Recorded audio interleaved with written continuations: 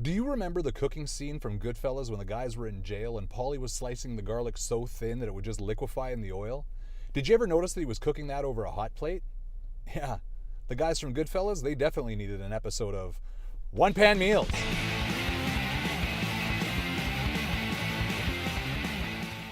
On today's segment of One Pan Meals, we're going to make a Mediterranean salmon with orzo, Kalamata olives, and feta cheese. Let's start by preparing all of our non-fish items, including our vegetables and herbs.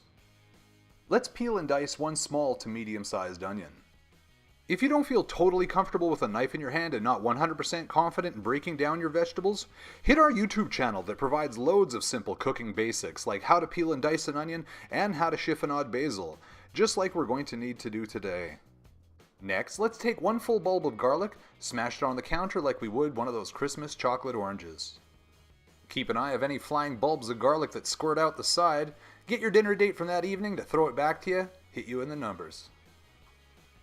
Next, we're going to clean and chiffonade our basil. If you're kind of unclear what that is, all I'm really doing is removing the stems and then slicing it thinly. If you need more explanation to some of the techniques I use, as I mentioned earlier, be sure to visit our I Can Teach You How to Make That YouTube channel or our website.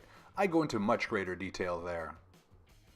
Now we get to prepare the star of the show. You'll immediately notice two things about my salmon. One, I use tail pieces, and two, that they're different colors. I use tail pieces for this dish due to its short cooking time and amount of surface area coverage. Another benefit of using the tail piece?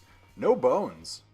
I'm not going to lie, I make this next part look easier than it is. It takes a bit of practice, but the main piece of advice I can give you is don't move your knife. Put your knuckles on the cutting board while holding your very sharp blade at a 45-degree angle. You're then going to start to make a small incision at the base of the tail to have a place to grip the fish. You're then going to firmly drag the skin of the salmon against your blade while keeping your knuckles on the cutting board the whole time. If you move your knife and not the skin will break and be a nightmare to remove. Alright, good news, we get to cook. Go ahead and add 2 or 3 tablespoons of olive oil to your already preheated electric frying pan. Once your oil begins to smoke, you can go ahead and add your salmon to your hot pan, skin side up. Nothing crazy about our seasoning here either, just some kosher salt and some cracked black pepper. We're well on our way. The reason for the different color of salmon is one is a wild sockeye and the other is a farmed Atlantic. This provides a couple of examples of the flavor and texture range of this gorgeous species of fish. We're not trying to cook the fish all the way through on this stage, I'm only trying to sear the salmon, develop a little bit of flavor. Pull it out of the pan after both sides are brown. After removing our fish, we're going to toast our orzo as well as add 3 cloves of busted garlic.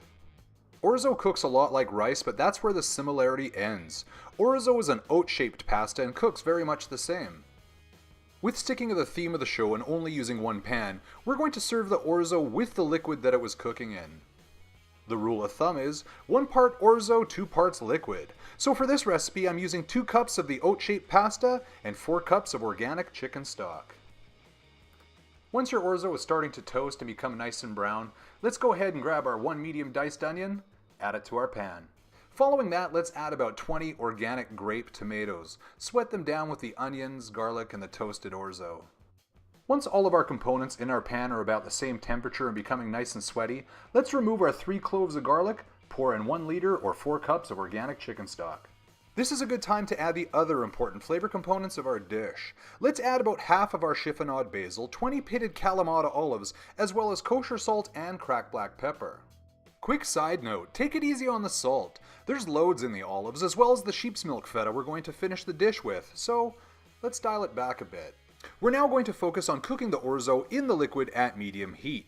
You want a nice slow simmer at this stage. It's a real fine line of temperature. If your heat's on too low, your orzo won't cook or absorb any of the liquid. If it's on too hot, it will cook too fast and probably burn. Keep a close eye on the pan and remove the lid to give it a stir every few minutes. I also like to finish my dish off with about a 1/4 cup of cold diced butter. This will add more flavor and creamy texture. Once you sample your dish and you notice the orzo is almost cooked and the liquid has been absorbed, let's return our salmon to the pan and complete its cooking. This shouldn't take longer than 4 or 5 minutes. I'm even comfortable with you turning off the electric frying pan when it's almost done. Put the lid back on and let it rest for a couple moments. Finish off this gorgeous salmon dish with the rest of your chiffonade basil, some sliced scallion, and some organic feta cheese. And there you have it, a one-pan meal using some beautiful Atlantic and sockeye salmon. And if you found this video helpful, do us a favor and give us a like, a share, or even one better, a positive review. Okay, thanks for watching this segment of One Pan Meals on I Can Teach You How to Make That. Bye for now.